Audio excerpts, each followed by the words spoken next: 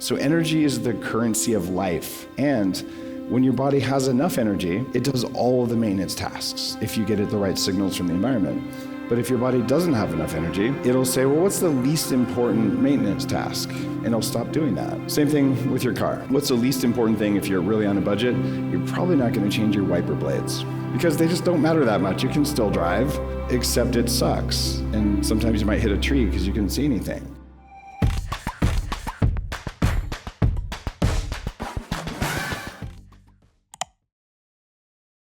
So in circadian biology, when we're talking about sleep chronotypes, there's 4 of these, and they're mostly genetic, although you can reset yours if you want to. And about 60% of people, they wake up 7-ish, and they are good for the normal day, and they go to bed 10-ish, and that's kind of the default thing. And then those are called bears in Michael Bruce's work. Then the people who like to stay up late. They stay up late because when we evolved in tribes of about 150 people, you needed a night watch in case there was a predator. So these are the people who are just genetically wired, 15% of people, to stay up late and be alert, and their hormones like melatonin and cortisol and things are fundamentally different. So they're the night owls. And then there's these morning people. And those are called the bad people, because I'm not one of you. And the morning people, it's also about 15%. They wake up 4 or 5, spring out of bed. You're the 15% who should wait to have your coffee. Everyone else, you can have your coffee when you wake up, because you already are such morning people. And there's another 15% of people that are called dolphins, because they never sleep. They're the backup alarms. You know, elegant, we evolved, so there's always going to be a small group of people watching out for the rest of us, whether they're the morning people taking the morning guard shift or the nighttime people taking the nighttime guard shift, and there's a backup alarm chronotype as well. So if you're here in the room this morning, it's not that early, but most people stayed up pretty late last night. So full respect for showing up. It was work for me. I was up pretty late too. And you may find me using nootropics, like microdose nicotine. That was 1 milligram, which is about 5% of what's in a cigarette. I don't smoke, never smoked, but nicotine in small doses is an anti-aging substance that is good for your brain. In high doses, it's bad for your arteries. So, isn't that interesting? So how am I on this? I'm also on modafinil, and this, like Mother Nature's other original nootropic, might be coffee. So you may see me drinking coffee. Now, this is a workshop, and I'm going to do some teaching in it, and I'll ask for some input from you, and I'm hoping more people filter in, but it may end up being a smaller workshop, which is a lot of fun, because for about 5 years, I used to teach at the University of California. I taught engineers working in Silicon Valley how to build the internet and cloud computing. So I love a small classroom session. It's very rare that I do it, which is super fun. So I want to teach you guys 6 steps to energy success. And if you read Smarter Not Harder, you'll find that there's a little bit more information in it. But I'm also going to do a lot of Q&A for you. And we'll focus first on just how to get your energy working, because that's tied in with the quest. But if you have other questions, yesterday we were lucky to have a few extra minutes for Q&A, which worked out really well. So I'm always happy for questions. And because right now the room is still pretty small, we can probably just handle it. If something doesn't make sense, you can just get my attention, and then I'll say, what are you saying? Even if we don't have a mic, I'll just repeat the question for you. Does that sound like a deal?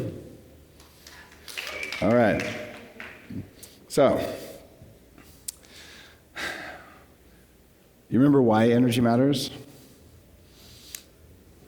The reason energy matters is that you say, no, I don't need energy, I need money. But I've been there, where I spent all of my money getting my energy back. If you're out of energy, you have fibromyalgia, chronic fatigue, you must get it back, and you will do everything in your power. I used to spend 20% of my income on biohacking because I was sick. And there are a lot of people who don't identify as sick, but their brains aren't working, and there's a sense of quiet desperation. So money doesn't fix the problem. say, no, time is your most precious commodity. Turns out, if you don't have any energy, you know what you do with extra time? You take a nap. And the time isn't worth anything without energy. So energy is the currency of life. And when your body has enough energy, it does all of the maintenance tasks if you get it the right signals from the environment. But if your body doesn't have enough energy, it'll say, well, what's the least important maintenance task? And it'll stop doing that. Same thing with your car. What's the least important thing if you're really on a budget? You're probably not going to change your wiper blades because they just don't matter that much. You can still drive, except it sucks. And sometimes you might hit a tree because you couldn't see anything, right? So we want you to have enough energy so that you can, at the end of the day, go, that was a great day. I handled everything that came my way, including the 3 unexpected things. And I folded every protein perfectly, and I performed my autophagy to get rid of the weak parts of my power systems, and I got rid of zombie cells, and I did all the other anti-aging things.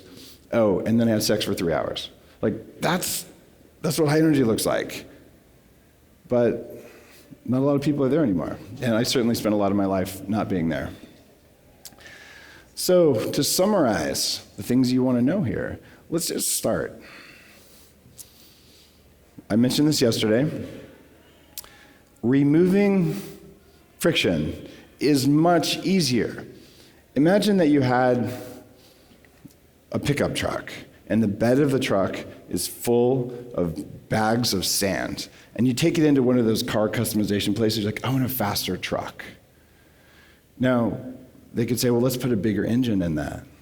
But what they're going to tell you first is maybe you should get that shit out of the back of your truck because it weighs so much, it's not going to be very fast. So removing the friction from your life is so much easier than trying to do stuff that's going to have you make more energy. And this isn't what we're usually taught to, like, just work harder. Come on, you could do, pick up one more curl. That's not how it really works. So one of the biggest sources of friction in the modern world, one that our ancestors knew about very well, is called anti-nutrients. And if you've been following my work for a long time, going back to 2012, the first chapter of the Bulletproof Diet, I talked about these 5 categories of anti-nutrients. One of them was lectins, and lectins have had their day in the sun. Dr. Gundry's done a great job of talking about this. What lectins are very simple molecules. They are proteins that stick to certain kinds of sugar. Now, your body makes more than 1,000 lectins, types of lectins, every day as part of biological processes. They are not bad.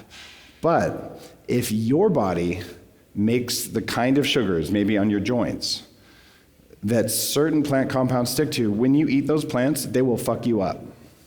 And the person sitting next to you will eat the same plant, and they'll say, that was delicious, and I'm completely fine. Like, wow. So sometimes it's really severe, and you know it. Other times, I don't know, my back always hurts when I wake up, and I have this weird stuff on my skin, and I can't solve it. Like, well, maybe you should look at lectins, which are a part of the anti-nutrient complex, but not all lectins are bad, and you may not be sensitive to the lectins. Another, I'm going to call it an anti-nutrient right now, is omega-6 fats. These are the plant-based oils that they've been trying to sell as healthy since the invention of Crisco.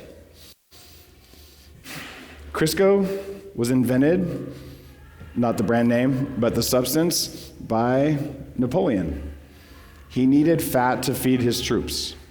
So it's like, oh, what's the cheapest thing we can feed our soldiers? So they figured out how to hydrogenate oils, and we've been doing it ever since. But what you end up with is the idea that whether they're hydrogenated or they're just that good-for-you canola oil stuff, which is also known as rapeseed oil. Rapeseed oil isn't very good for marketing, so they renamed it to Canada oil. Canola, that's where it came from. And it was an industrial lubricant because you cannot eat this until you go through many steps of processing. And you say, okay, who cares? It's processed, but if it's an oil that's good for me, here's what happens when you eat these fats. Throughout the course of a year, we have our seasons. During the time of year where you fatten up for winter, you eat more and more polyunsaturated and monounsaturated fats. This is what makes bears hibernate.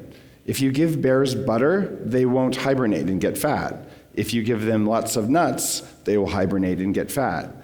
They don't tell you this, but omega-6 oils slow your metabolism.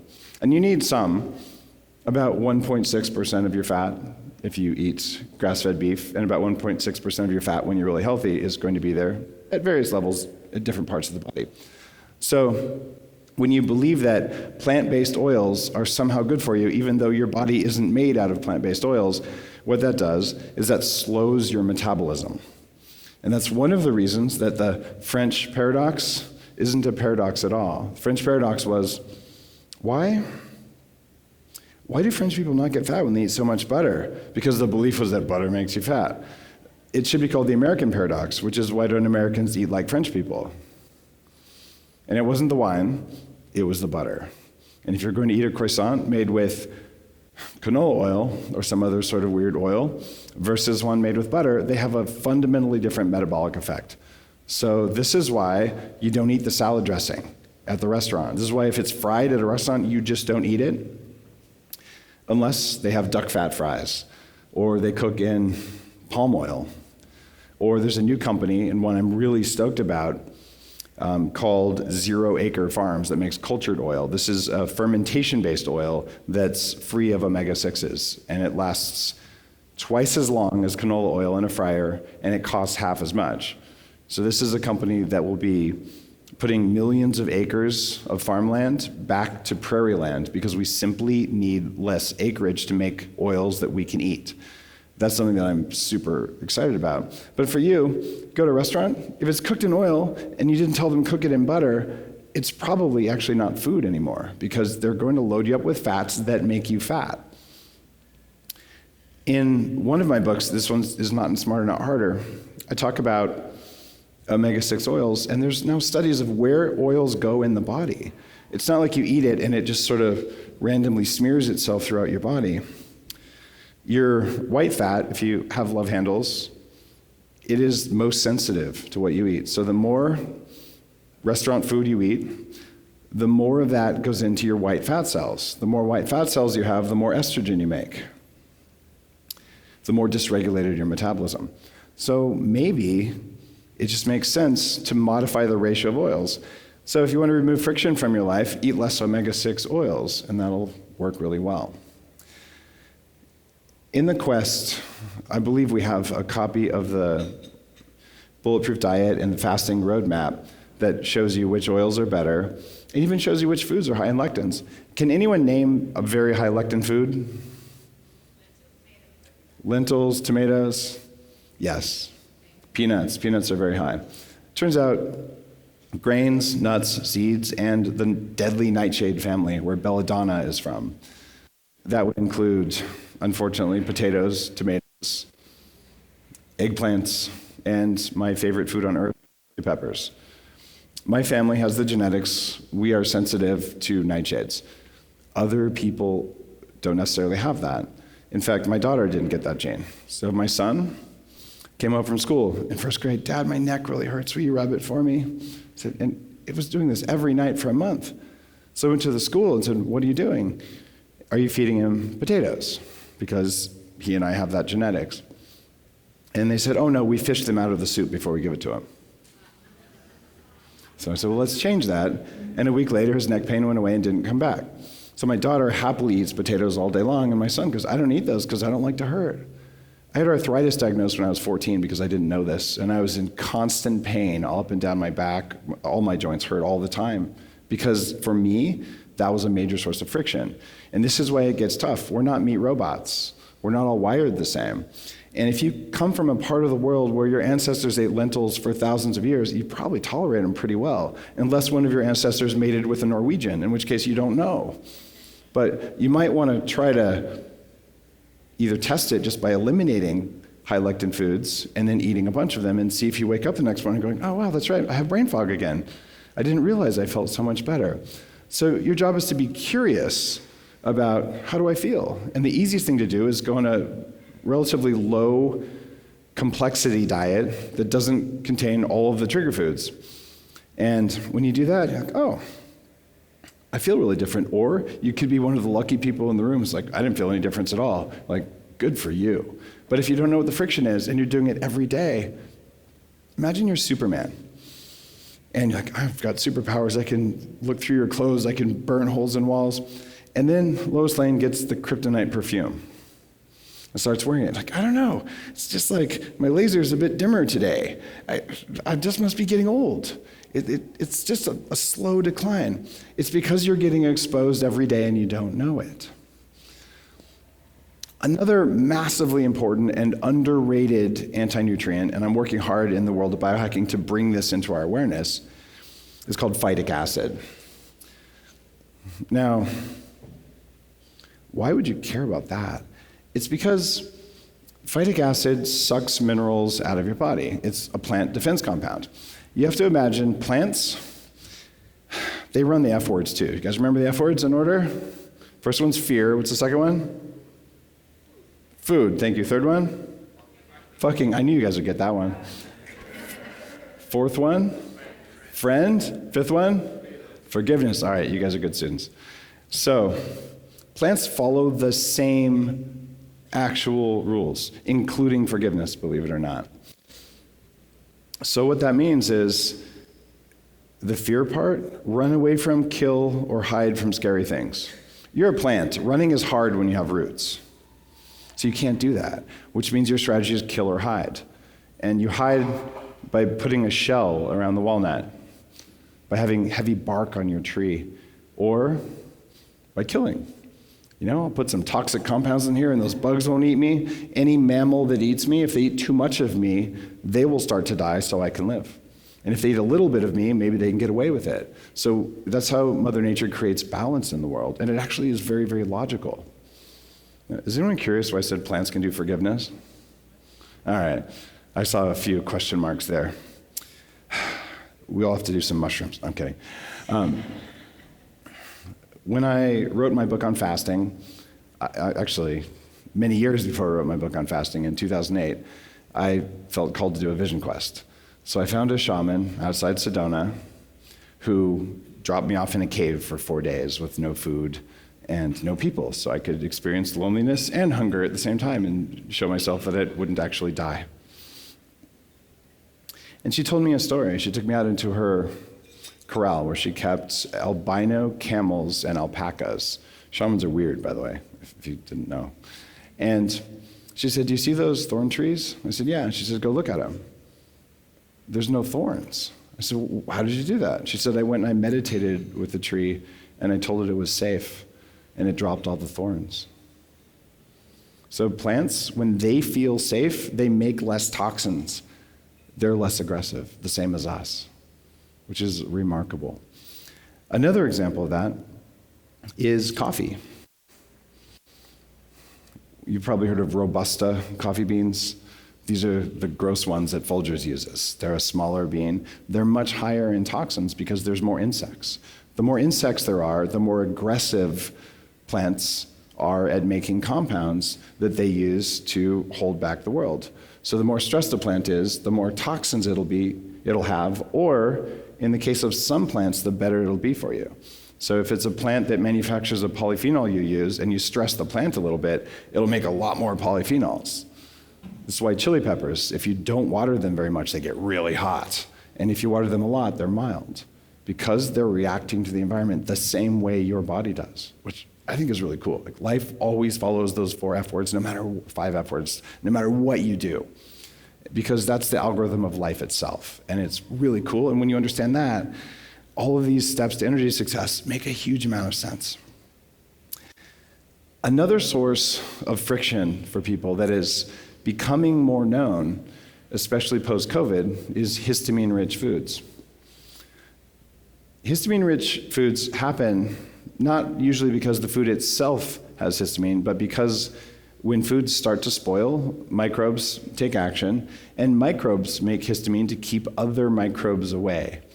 So those 2-day-old leftovers that you ate, they didn't taste that good, But especially if they contained fish or pork or soy, if you eat them and you're just tired afterwards, and you're like, I need an extra cup of coffee and some sugar, it's because you got a dose of histamine, and histamine makes you tired. Or if you had COVID and had longer COVID, you're like, wow, now I have really strong symptoms and I'm super tired, maybe I'm starting to cough.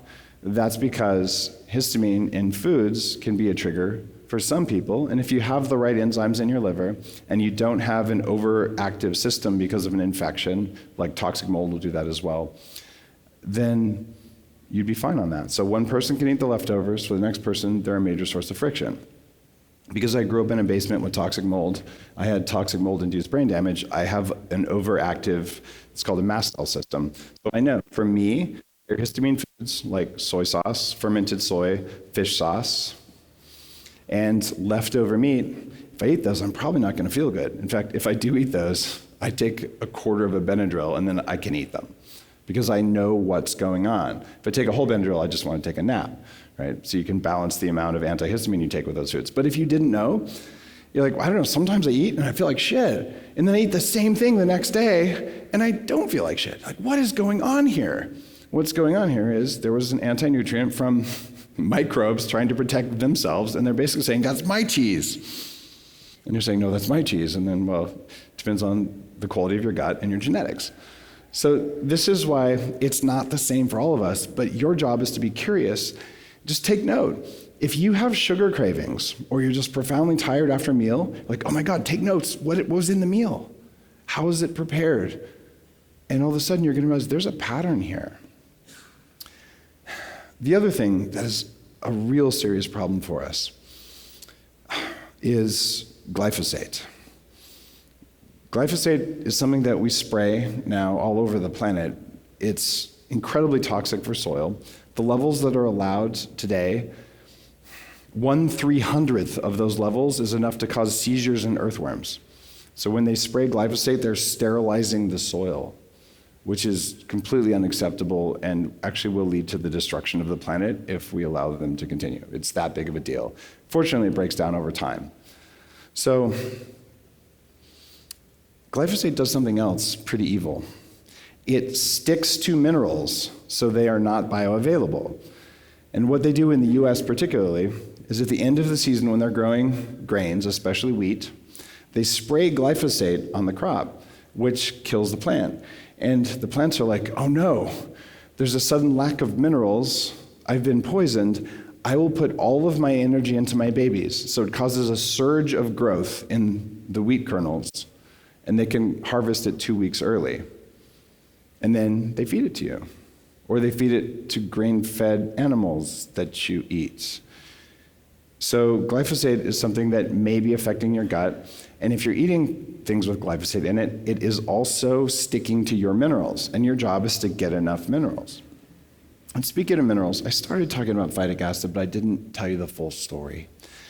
Phytic acid that you find in the plant-based foods, whole foods especially, oats are a great example of this, rice cakes are a great example of this, corn flakes are a great example of this. Phytic acid sucks minerals from us, but we don't really measure it or pay any attention to it. But farmers, especially ranchers, they know. If they give corn and soy and grains to animals with too much phytic acid, the animals can't reproduce. The animals don't grow. They break their bones. Their hooves fall apart. So and by the way, cows with 3 stomachs, they can handle a large amount of phytic acid. We don't make the enzymes that allow you to turn this off. So when they have too much phytic acid, they add an enzyme to break it down so the cows can eat even more of the junk food for cows without breaking their bones. They don't care about you because they don't do that for us. Traditional preparation techniques for grains, like sourdough, for instance, that removes a substantial amount of phytic acid. But even soaking things overnight can help, or a little bit of sprouting. All of those are time-intensive processes, and our industrial companies don't like it. Does anyone know why cornflakes was invented? I'm guessing someone here knows. Oh my gosh. What do you think? According to So the version of the story that I know is that cornflakes could decrease sexual drive Yes. in men. And so the idea is that from the, forgot the name of the... Dr. Kellogg. Dr. Kellogg had this idea that what was messed up about humanity was a uncontrollable sex drive.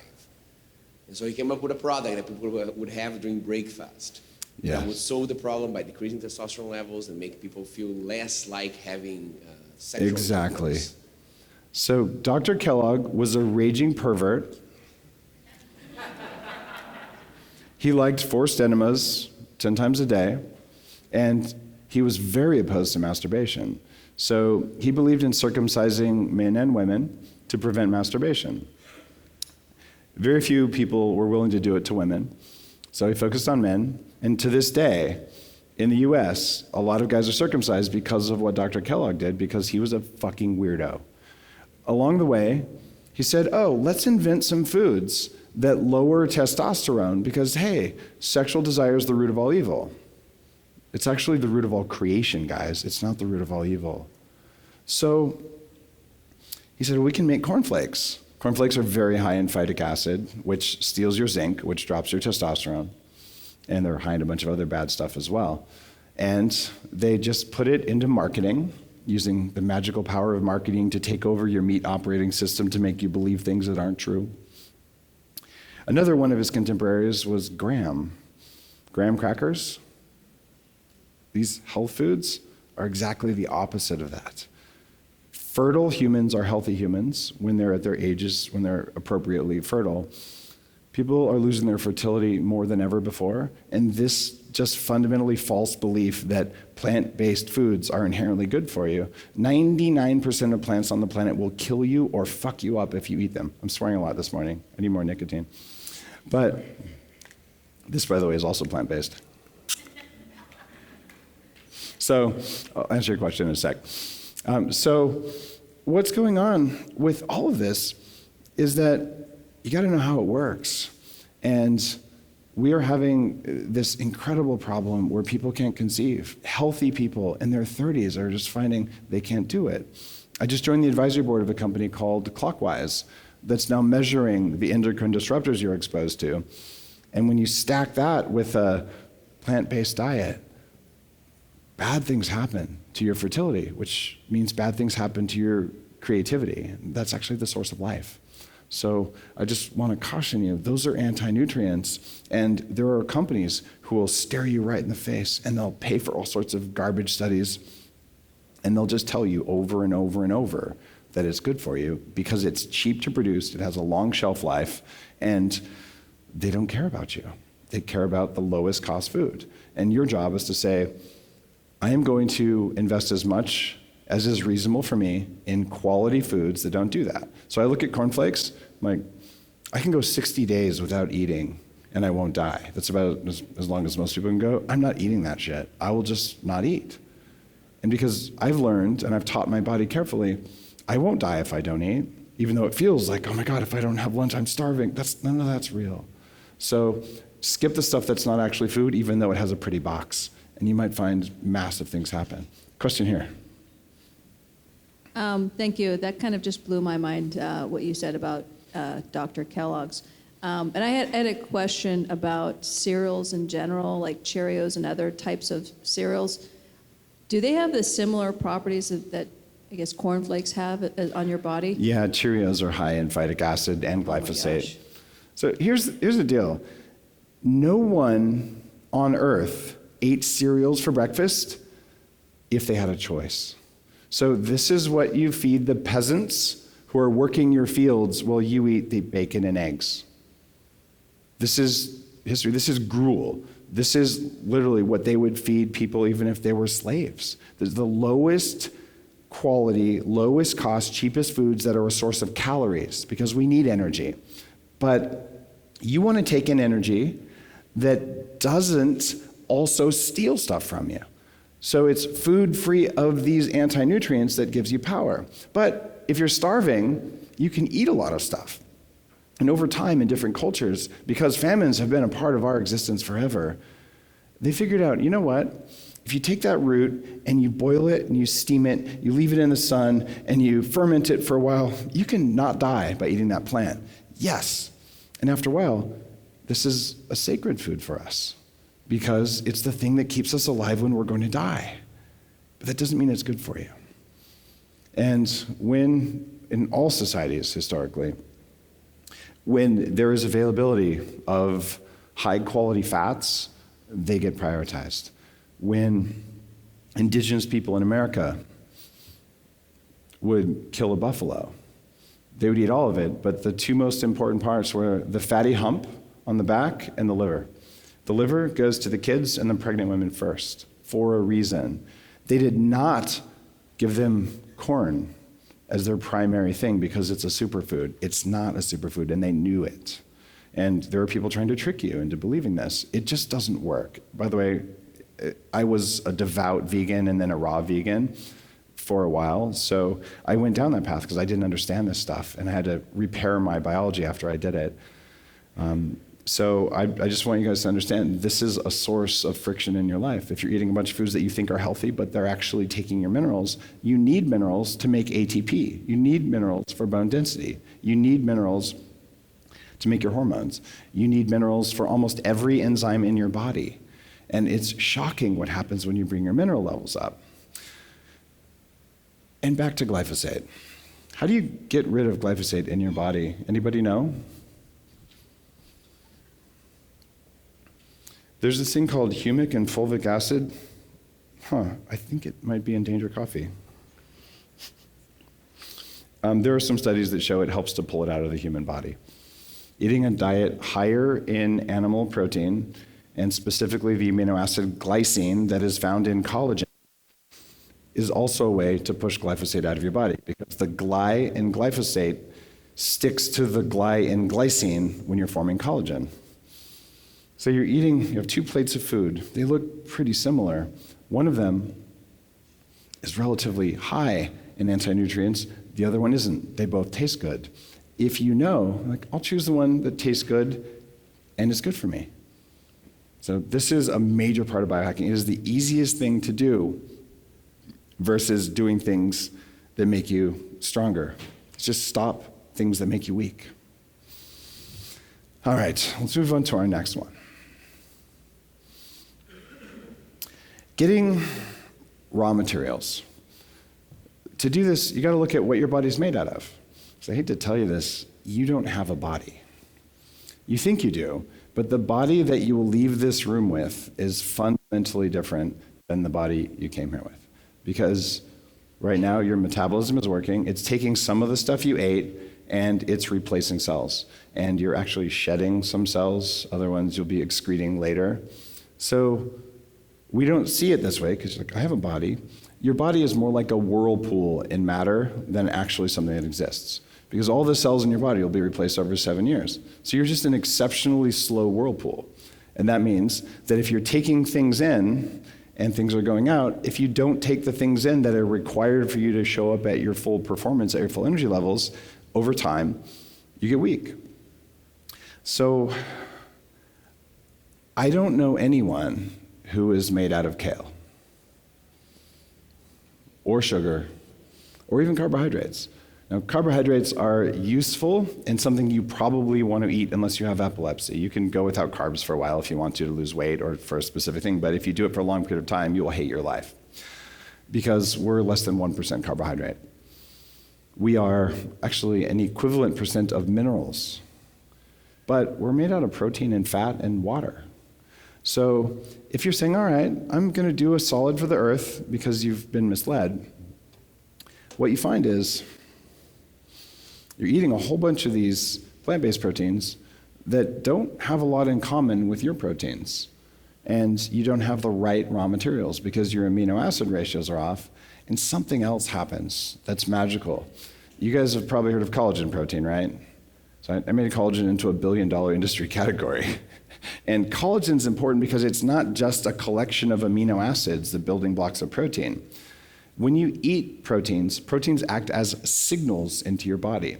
Things called peptides that are present. The reason you feel good when you put collagen in your coffee is that there are signaling molecules called di and tripeptides that actually talk to your body. They're one of the ways of getting a signal into your operating system. So it's fascinating how all this works, but when someone says, I have this very highly processed product, like brown rice protein, it was cheap, but it doesn't do the same thing. In fact, you need to eat twice as much of that as you do animal protein to get the protein equivalents into your body. So imagine that you were one of those, well, we're in Colombia, I can say this. There was a time when people would take 2 condoms full of cocaine, double bagged, and then swallow a whole bunch of them and then fly to the US, right? Well, they ate the cocaine. Why did they die? Because it wasn't bioavailable. Plants do the same thing to their proteins so that you can't use them because they don't want you to use them. Those proteins are in the plants either for defense or for reproduction, but plants are not primarily protein-based. So when we're like, we're gonna go get all these proteins, it's because someone somewhere said, you gotta get enough protein. There's 2 kinds of protein I'd like to tell you about. The first one is called sarin, the nerve gas. It's been used in terrorist attacks. It comes from beans. So it's a plant-based protein. So using vegan logic, therefore all plant-based proteins will kill you, right? I mean, it's just logical. Or there's spider venom. If you eat that, it's probably not gonna be very good for you. So therefore all animal-based proteins will kill you. Or what if different proteins did different things in your body? Well, they do. So you want proteins that your body can absorb and make full use of, and that contain larger amounts of minerals, and that don't contain things that block your minerals. And you can be vegetarian and do this because you have access to cheese, and you have access to eggs, and you have access to butter, and actually yogurt and stuff like that, assuming you're not sensitive to it. So that's why you can have countries that are primarily vegetarian, and they do fine because they're getting their saturated fats and they're getting animal-based proteins, they're just not eating the animals. So I would encourage you, if you're on a 100% plant-based diet for some reason, to at least add ghee back into it because your life will change and you'll be able to better absorb the polyphenols that are in it. So your raw materials, protein, high-quality absorbable protein, including collagen protein, is absolutely necessary. The anti-aging studies that I've cited, there's a case for doing 0.6 grams of high-quality animal protein per pound of body weight. That's probably not enough, but there are some studies that show that that can work. The predominant belief here is about 1 gram of protein per pound of lean body weight. So when I weighed 300 pounds and I wanted to weigh 200, I would have needed 200 grams of protein a day. If you know you had 30 grams of protein this morning, raise your hand. Okay, a few people. If you ate protein but you have no idea how much, raise your hand. Okay, good deal. You probably ate 10 grams of protein, maybe 12. So if you find yourself always hungry, you find yourself not putting on muscle, getting fat, an easy thing to do is to increase protein and actually just pay attention for a day. Just say, it turns out I only ate 60 grams of protein. You can easily absorb 30 grams per meal. And if it's high quality protein, you can actually do 50 grams a meal if you need to. I do about 50 grams a meal, but I'm not a small person, so I need a little bit more protein than a 4 foot tall woman would, for instance. But you still need the protein because protein also builds bones. So getting those raw materials, if you have that and then you pick up something heavy, you'll grow muscle. If you don't have that, you pick up something heavy, you'll produce stress hormones because your body couldn't respond to the signal to improve that you put into it. The other 2 just preeminent but boring things are vitamin Dake. That's vitamindake.com, D-A-K-E. I talked about those yesterday. This is vitamin D3, which comes from animals. There's vitamin A. There are lots of people who say, well, just take your plant-based vitamin A, it's beta-carotene. Your body can't convert beta-carotene efficiently into retinol, which is a proper form of vitamin A. When people get into vitamin A, they don't get macular degeneration. Their eyes work better, and many, many systems in the body work better. Vitamin K is missing from plant-based foods unless you like natto. Who's tried natto? 1, 2 people. Did you like it? No. So natto is a traditional Japanese, Ken, you've had natto, like you probably like it. You can't eat it? Okay, good deal. So natto is a traditional Japanese food, and I got to give it to the Japanese. Like their selections of seaweed, very high minerals, and when they eat small amounts of soy, traditionally it's always fermented heavily to get rid of all the bad stuff in soy. Natto is fermented until it looks like mucus, and it tastes like mucus with a little bit of peanut butter in it.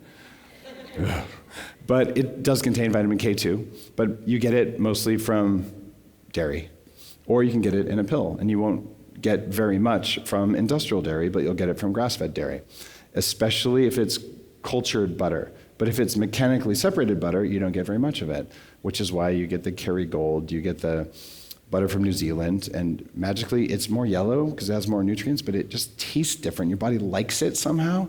That's your meat operating system going, I got myself some K2, I love this, and it just tastes good. And it's not just the flavor, it's the nutrient sensors in your body that are invisible to you. That's why you drink Danger coffee. It's like, I don't know, it tastes like really good coffee, but there's something else. That's your nutrient sensors going, minerals, thank God I needed minerals. Right, so vitamin Dake drives minerals into the body. So if you go to the vitamindake.com website, and you pick up Minerals 101, or you're maybe already taking a multi-mineral, there are multiple companies who make those, and you get that combination of things, everything you do will work better. So if you want to have your energy working, well, what you would do is you would make sure you have these first. Before you take the sexy nootropics, before you take the stuff that enhances libido or whatever supplement you're into, you just start with the basics, because we know they're missing from our food. The next thing is fiber. Like, Dave, I thought you hated plants. I don't hate plants, they hate us. It's totally different. See, they told me not to laugh at my own jokes, but I just make myself laugh all the time, so you guys just have to deal with it. All right. So when you get enough fiber without anti-nutrients, what you're gonna find is it changes the microbes in your gut.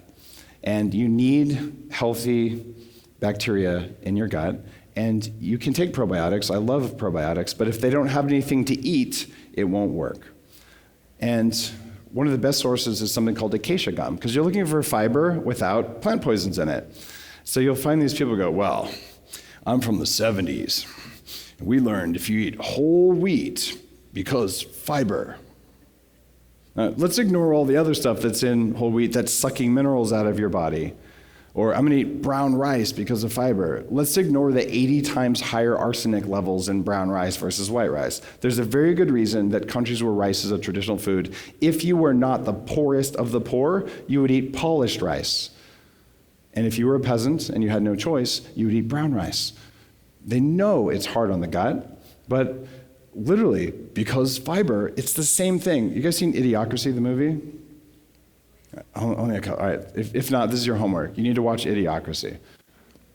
I predicted the future really, really well. And this is about the world's dumbest man who gets frozen cryonically and wakes up 200 years later when he's the world's smartest man. And the world is starving to death because they're spraying Gatorade on the crops because electrolytes. We're doing that right now because fiber. The presence of fiber doesn't cancel out the fact that there could be cyanide in it. But the thinking is, well, if it has fiber, it's good for me. No, there's no evidence for that. So if you are from a part of the world where your ancestors ate beans and legumes, you probably tolerate them well, but you probably don't cook them right.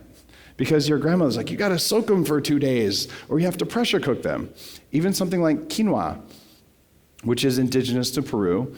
Hippies are buying so much quinoa that locals are starving because they can't get access to their foods. But when they cook it, they ferment it for several days. If you eat quinoa, it needs to be pressure cooked or it's not actually safe to eat. And even then, quinoa and flax seeds and things like that, they have high levels of phytoestrogens. Remember yesterday? We have a 50% drop in testosterone across our species. Maybe eating more plant estrogens because fiber is a stupid idea. I'm not saying you can't eat any of those foods. I'm just saying eat less of them, and if you do well on beans and legumes, then cook them very well. But there are tons of people, no matter what you do to them, they're not going to work well for you. And people say, but I can get all the protein I need from my beans and rice. It's a complete protein. Yeah, you're going to get 500 grams of carbs to get enough protein. That doesn't work very well. I don't want you to be protein deficient. I don't want you to have too much protein either. But I'd rather you have a little too much than not have enough. And then people say, what about eating the rainbow? Okay. Do you think our ancestors throughout most of the year had a rainbow of foods to select from? They flew kumquats in from Florida. No, they didn't do any of that stuff. So how is it that that's what we have to do, but our ancestors didn't do it? They were surviving on potatoes and cabbage all winter long with a few hunks of pork if they were lucky, depending on what part of the world you're from, right? If your ancestors are Hawaiian, the rules are different, right? From a tropical part of the world, right? But this is actually how it works. And it's fascinating to me because what we're really needing from these plants is polyphenols. And we're going to go back in time a little bit. When we were first establishing trade routes across the continents, do you know what the first thing we carried was? You want to guess? Salt. We used to pay people in salt. The salt we used back then had all of the minerals that you needed. It was rock salt. It was sea salt. And it was so precious that people would die trying to transport it over the Himalayas. Wow. And right after that, those trade routes were for herbs and spices, and tea, and coffee. Why is that? Because we need polyphenols. They are thousands of times more dense in oregano and rosemary and thyme and cumin and all of the traditional herbs.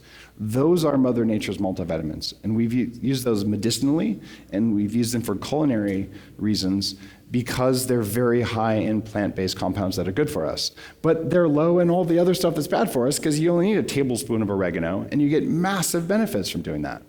So if you're worried about getting enough plants, you actually should be worried about getting enough polyphenols, the colored compounds in plants.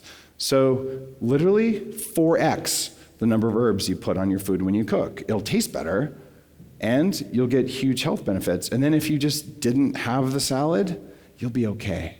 And you can eat the salad too. It's good for you, unless it has parasites on it.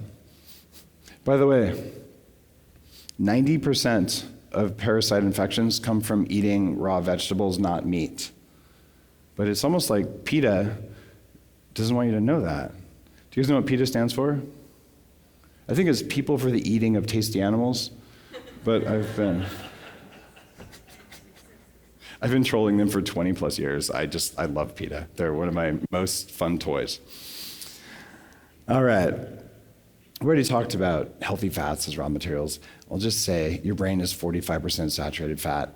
Your body doesn't make a lot of fats on its own, but one fat that it will make is palmitic acid, which is a saturated fat. Mother's milk is more than 50% saturated fat, yet we go around saying, it's bad for you. It's not bad for you. How many times have you had a family member say, you can't eat that because cholesterol, right? Well, the American Heart Association, this is a great story, we have time for it.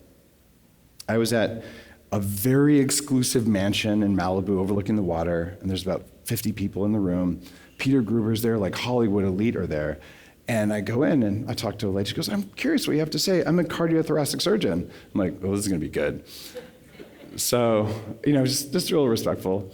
And I gave a talk, and I talked about saturated fat, and I talked about thyroid, and I talked about all these things. And at the end of it, the lady stands up, she said, I'm the president of the American Heart Association. And I'm like, and by the way, 2 days before, I was talking with Nina Turwich about a class action lawsuit against the AHA to stop the nonsense they were doing. And she stands up and she looks at all these people and she said, everything you said is right. We figured out 5 years ago that eating cholesterol doesn't do anything bad to you, but no one will listen. Eat your eggs. It's okay unless you're allergic. Okay? Like that's how it works. Like this is humans. This is us. Now, what I want you to do after we do these first two steps of energy success is pick a target area. When you do the quest, when you read the book, what you're going to find is there's 5 areas that people are really interested in. And I know this because when I opened the world's first biohacking facility underneath Arnold Schwarzenegger's office in Santa Monica, I brought in all the gear that I used to hack myself and said, well, let's make this accessible to the public. I started looking at what are people actually asking for? And there's 5 big buckets. One of them is, I want more muscle. One of them is, I want my energy back, and I want less fat too, because usually when you have extra fat, you have less energy, because the energy that should have gone to your brain or your muscles went to muffin top. Another one is I want my brain to work better. I just want my brain back. I'm forgetting words. I can't focus. Another one is I want stress management. I want resilience. I just feel like I'm anxious all the time. I can't handle it. For the first time since we've measured this, people are now asking for stress handling abilities more than weight loss. Even though we have more obese people than ever before, people are so stressed, like, take care of my stress and I'll deal with my fat. Okay, that's not a good place to be in, but this is actually where we put our society. So they're asking for that, and they're asking sometimes for additional cardiovascular. So I don't like getting tired when I walk up the stairs. I'm too tired to play with my grandkids, stuff like that. So you got to pick a goal. And if you say, I want to be healthy, okay, so I'll ask you this. When you woke up this morning, if one of the first 3 thoughts in your mind was, I want to be healthy today, raise your hand. Are you really sick? There you go. So, thank you, I've been there. Unless you're really sick, you will not ask for health because you just want your health back and you would do anything to get it, right? And you're working on it, you're in the right place.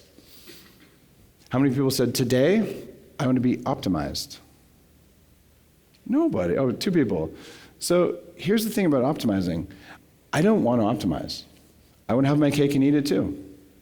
I don't want to trade off something for something else. I want both, and we can do this with biohacking, right?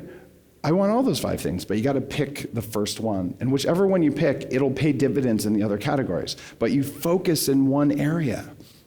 And that's really, really important. So when you get that target area and you start tracking it, there's 6 spheres that are in the quest that you'll learn about. And you just focus on that and maybe pick a secondary goal. And then you choose what you're going to do that's going to get that working for you the most. And it's in the challenge, or it's in the quest, and it's in the book, just to tell you how to do that. Just pick one. And some people also say, I want better sleep, or I want my libido back. If you deal with these 6 spheres in the quest, those will happen automatically. And if not, in the book, there's a couple extra sections on those things, but those aren't primary goals for most people. And then the 4th thing you want to do is send the right signals. So if your goal is this, and you're sending a signal for this, and you don't get results, who would have ever thought? And here's a prime example. I want to build muscle, but I also want to have cardiovascular capacity, so I'm going to run 5 miles a day, and I'm going to lift weights. There's a name for that. You know what it is? Overtraining. So if you want cardiovascular stuff, you should do what I talked about yesterday, which is going to take you 15 minutes a week, and then you can go lift some weights if you want to. But if you're going to grind out the miles because it feels good, because you meditate on a treadmill or something like that, well, I support your right to do stuff that makes you happy. I also question whether you're going to like your hips and your knees when you're 60, because very, very few people can keep that up. And if that's how you manage your biology, and then you can't do it anymore, you're going to have an uncomfortable transition period. And if instead you conserved your joints by getting your cardio in ways that were more effective, you're much more likely to be 100 years old and walking around and cooking your own eggs. So that's how I look at it there. But if you wanted muscles and you're running, you're probably not going to get it, because doing a ton of cardio teaches your heart and your body to do one thing, and doing a ton of weight training teaches it to do another. So you pick a goal that's first, and I would suggest you probably need enough muscle mass first, because that's very potently anti-aging. You don't want to be a balloon animal. By the way, bodybuilders are some of the best biohackers out there, but if you carry way too much muscle mass, that's not good for you either from a cardiovascular or a cancer perspective. So you want to be what the New York Times called me, almost muscular. I'm like, winning. And And the thing that's the biggest trick that you're going to learn when you do the quest, and you'll learn when you read the book, is missing. It's recovery. That's our next one.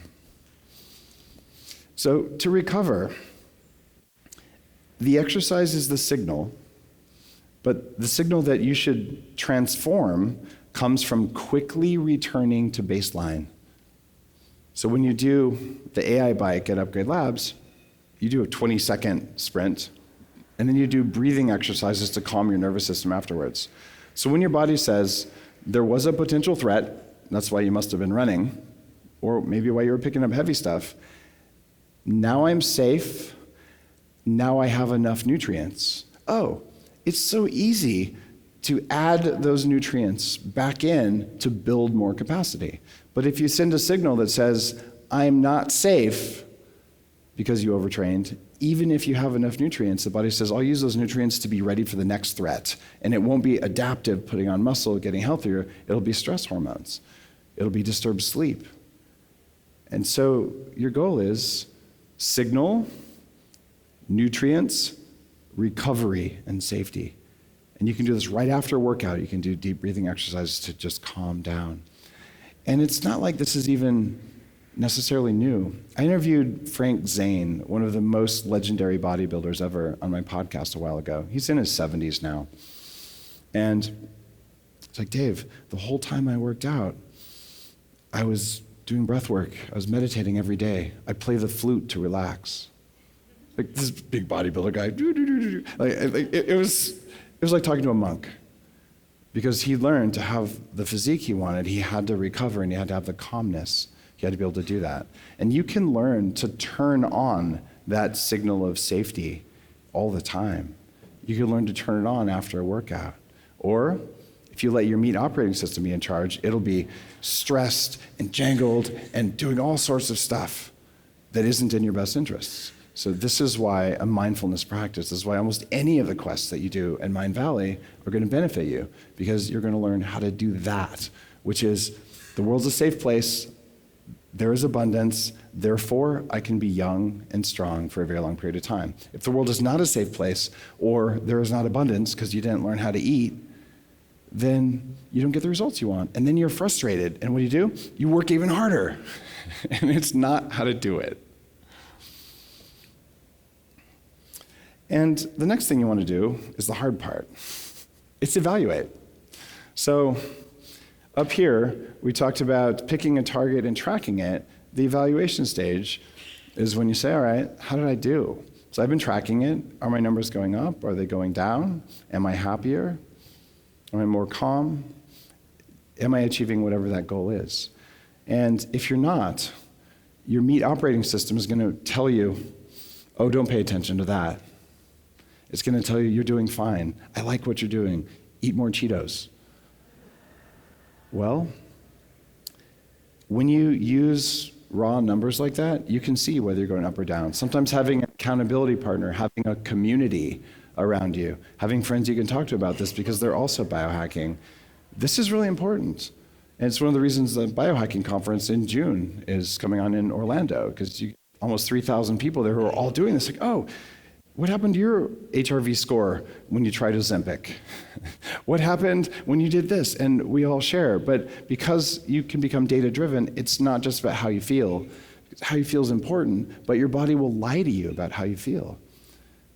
One of the things it'll do, you stand up in the morning, and here there's Netflix, donuts, and a couch. And here there's an exercise bike or a gym. Now, the rational part of you is like, totally, I should go exercise. But if you feel it, the body's like, man, that's the sexiest couch. Like, wouldn't it just be nice? And this looks so attractive. It feels attractive. And this looks really bad, right? You know one thing up here, but it doesn't match what your body's telling you, right? And this is why evaluation is important. Because when you can evaluate with numbers, you can say it doesn't work. I did an experiment. Jesus is going back about 10 years.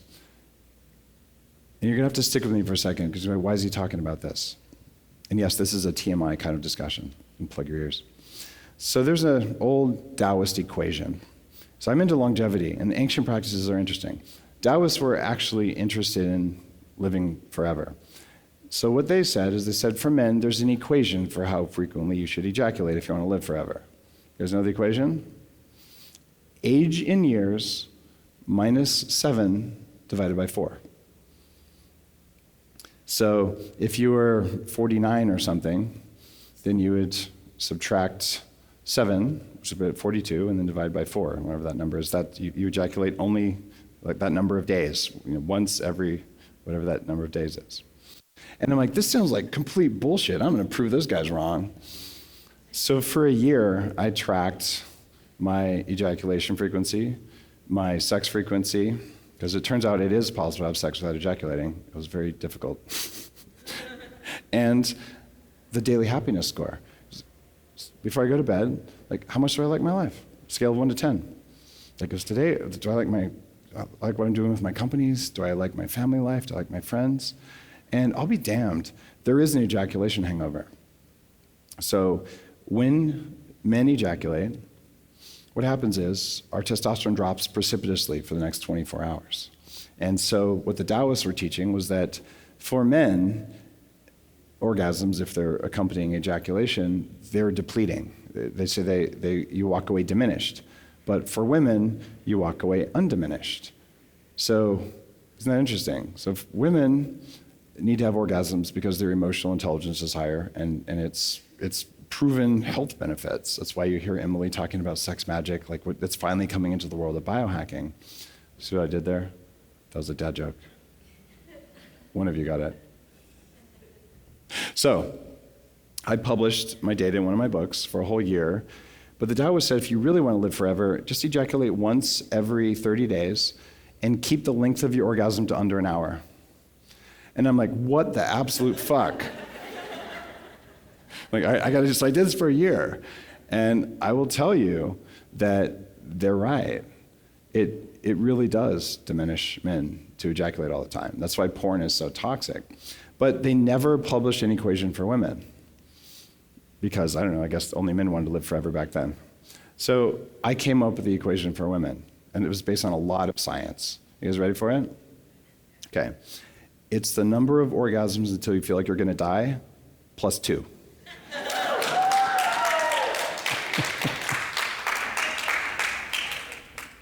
But that's why you evaluate. Daily happiness was easy to do. All right, let's do some Q&A. And by the way, yes, men can have hour-long orgasms. It's painful, your abs hurt. I don't know if you want to try that. I got a question over here.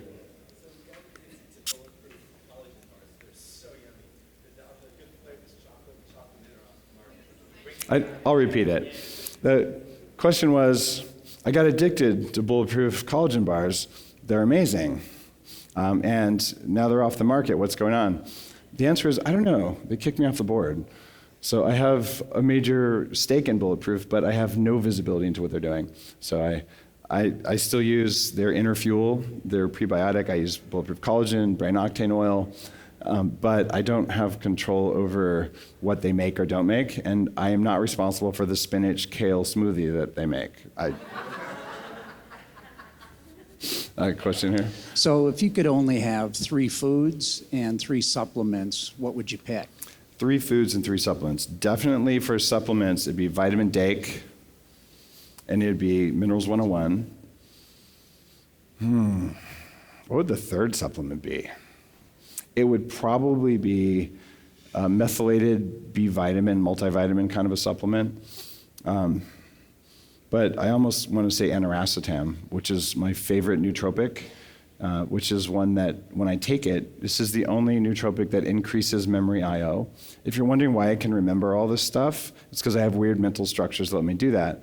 But it's also because I take a cognitive enhancer that increases bandwidth to get things in and out of my memory. You have to read the book. I'm kidding. It's aniracetam, ANIRACETAM. I've been on that stuff for 25 years. It's the only one of that family that's also stress reducing, but it just has also brain preservation powers. I've been on it for 20 plus years. Oh, you know what? I'm going to change my supplement thing. Just give me powdered liver, because that's all B vitamins and some other stuff. And I hate eating liver, so I don't really want that to be one of my foods, but it would have to be if I only had 3 foods.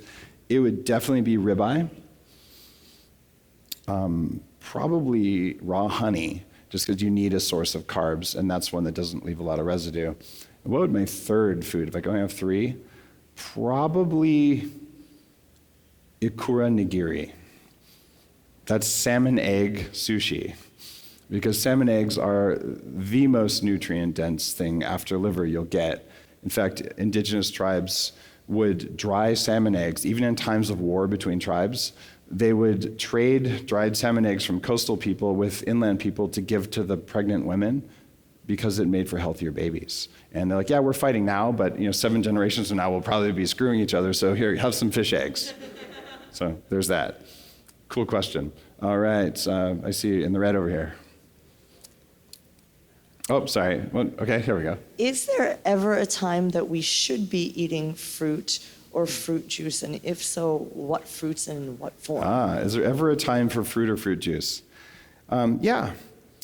Eat fruit for dessert after a meal so you don't get a blood sugar spike. If you eat a lot of fruit, it will raise your triglycerides. That's what fructose does, even if it comes in natural, natural fruit. So you can have some fruit. I eat fruit. There's nothing wrong with it. Some fruits are way more higher glycemic than others, like bananas tend to do that, but you may do well on them. So fruit after fat and protein is okay. I don't recommend fruit in the morning because it's going to set you up for blood sugar spikes all day long. But generally, people do better when they have fruit after dinner or after lunch at the end of the meal. And in terms of fruit juice, if you have food poisoning or you have really severe hypoglycemia, orange juice surprisingly works really well. Like, what? Orange juice for food poisoning? It's because when you have bad bacteria in your gut making something called lipopolysaccharides, this is the bacterial toxin, an endotoxin. When they get orange juice, they stop making toxins because they like the sugar. So you could take activated charcoal and orange juice and you'd do better off. But otherwise, why would you juice a fruit when you could just eat it? So there's that. All right, we have mic passers, so there you go. Okay, cool. Hey, Dave. Thank you for everything. Just talking for all the men, that stop listening after you can come once a month. That doesn't count if you don't ejaculate, right? If you learn how to do that, it doesn't count, right? The question is, if you learn how to not ejaculate, but you're retaining your semen, yeah, that doesn't count. That's what Taoists are telling you to do. So what I found in that experiment was the less frequently I ejaculated, the more often I had sex.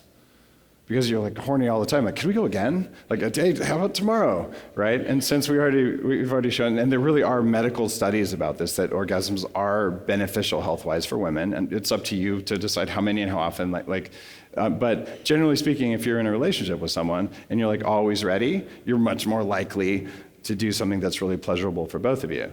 And you can learn to have like whole body orgasms for hours as a man. And when that happens, it's pretty intense. Have you made any experiments on using that for sexual transmutation? Yeah. In fact, I wrote about this in, I think Game Changers was the book. So sexual transmutation is really a form of sex magic. Emily's talking about this as well. And there are certain non-ordinary states of reality we can enter. Sometimes people use plant medicine. I talked about it yesterday, breath work, all these things. One of those is sacred sexuality. And when you get into these really highly, almost like you're tripping states, which can happen, if you put an intention into that, that can actually make things happen. And the energy that you don't expend goes back into your body. And when I first started teaching this about 2014, I had a bunch of guys come up to me.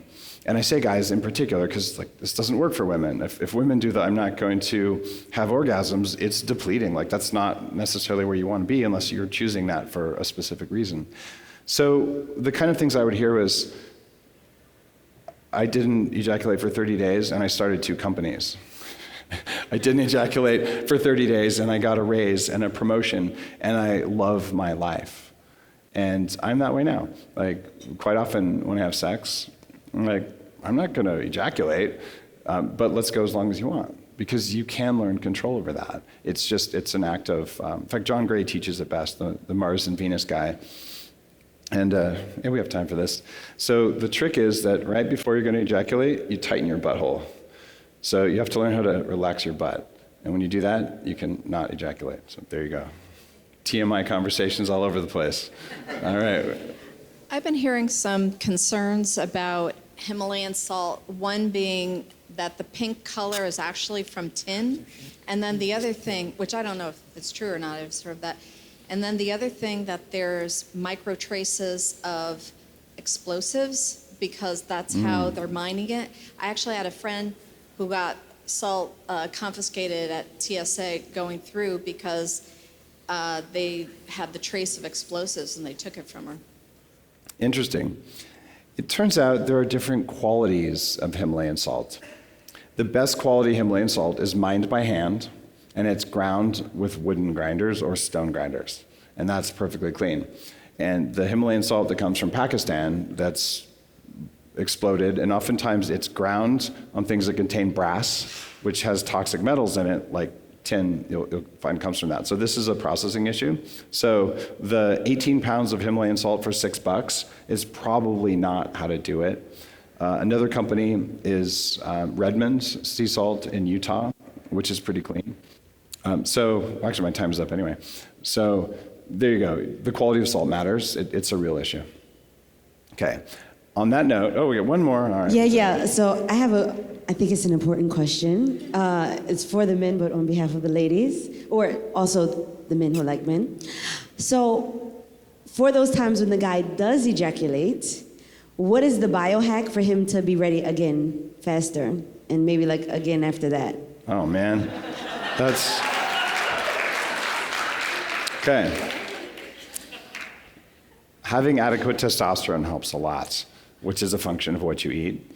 Having adequate blood flow helps a lot as well. And there are nitric oxide supplements like N101.com is the best that I've found. Man. Write that down. So it's just the letter N, one, and then the letter O, then 1.com.